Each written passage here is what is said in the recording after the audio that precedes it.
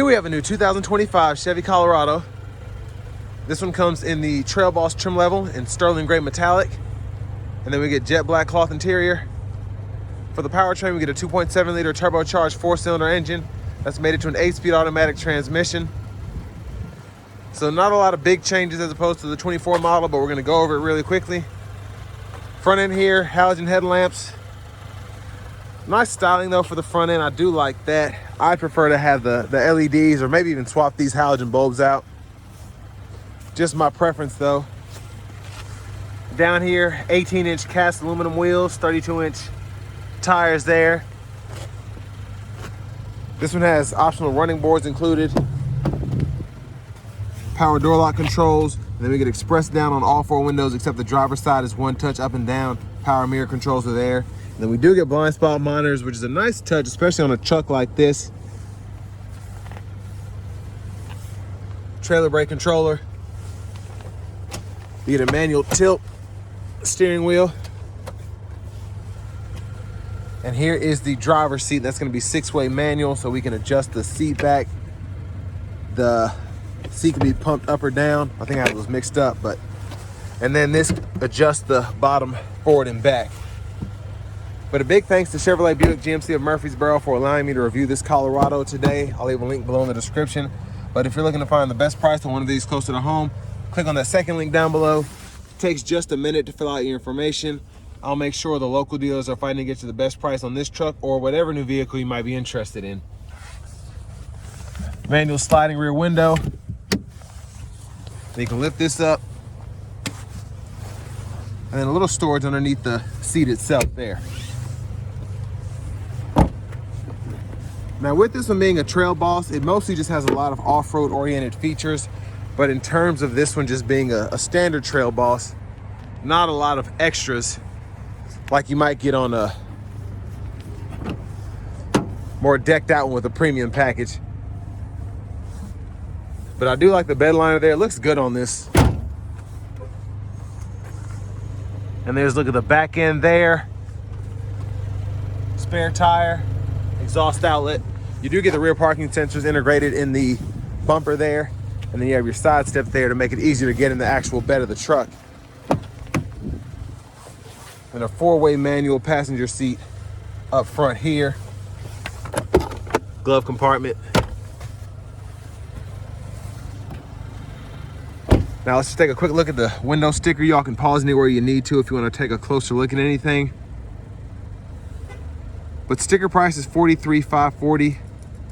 But that does include the bed liner, remote start kit, the all-weather floor liners, and then the off-road assist steps. So without all that and without the destination price, you're still under $40,000. So not terrible in my opinion.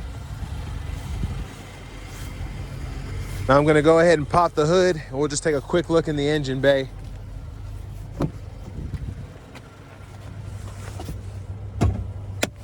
And then while I'm doing that, I will show the hazards as well. You see what the turn signals look like. So yeah, I'd definitely swap all these out if I could with LED bulbs, but again, personal preference. But there's that 2.7 liter Turbo Max. Let's go ahead and hop in the driver's seat.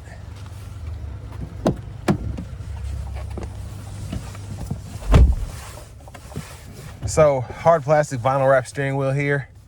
Still looks nice. I like the slight perforation on the sides there.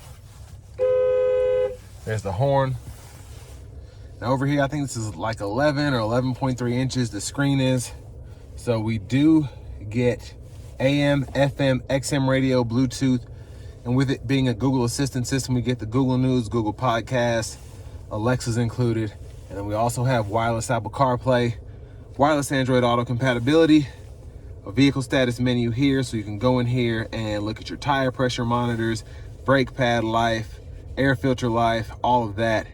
And you get a nice animation that goes with it, which I like. Or you can go into each sub menu here, and then you have your different views that you can see.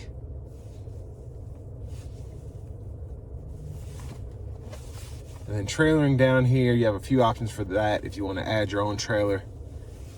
In your settings, go to vehicle. You have access to teen driver, rear seat reminder, or buckle to drive. And then scroll down here to the system settings. You can change your language as well as your units of measurement.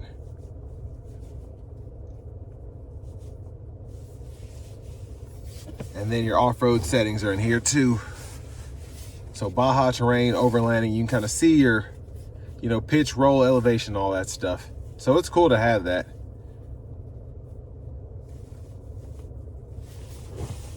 And then one thing I always forget to mention is you do have your actual controls here for your lights in the radio. So that's what this icon is for. You can go in the way I just did like that, or just click right here and you have a shortcut there.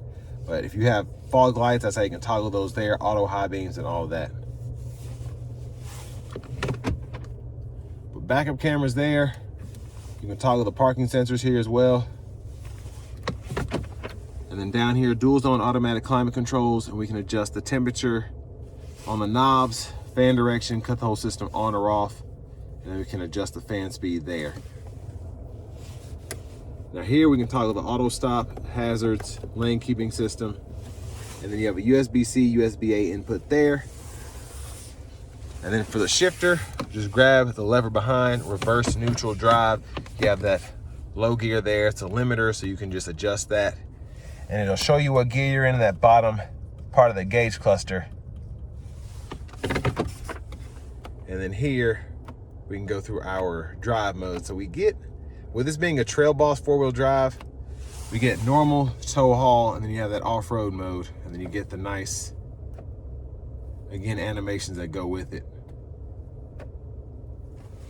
But you also can set your 4-wheel drive to auto. You have 4 high, 4 low, and then your rear wheel drive there. Electronic parking brake, pull up to engage, hit the brake, press down to disengage. Bottle holders are here. Center console cubby space, removable tray, and there is a 12 volt down in there as well. OnStar buttons are here. Dome lights there. There's your vanity mirror. And there's a quick look at the back seat from up here. Windshield wiper controls are here, intermittent, and then you can push that all the way in for the front fluid. Cruise control, we can toggle that, cancel, set the speed, gap adjust for the forward collision alert there. And then we have our mute button, Bluetooth button, voice recognition, and then we also have the audio sources we can go through here. So hit that button, and then you can use this as a scroll bar when applicable. So I can pick something there, and then when it's not being used, I can go through my favorites that way. And then hit this button, and you can go through your different views for the gauge cluster. I think you get 4 or 5 different menus there. So a lot of different views there, which I really like. Push button starts here. And finally, here's the key fob with remote start.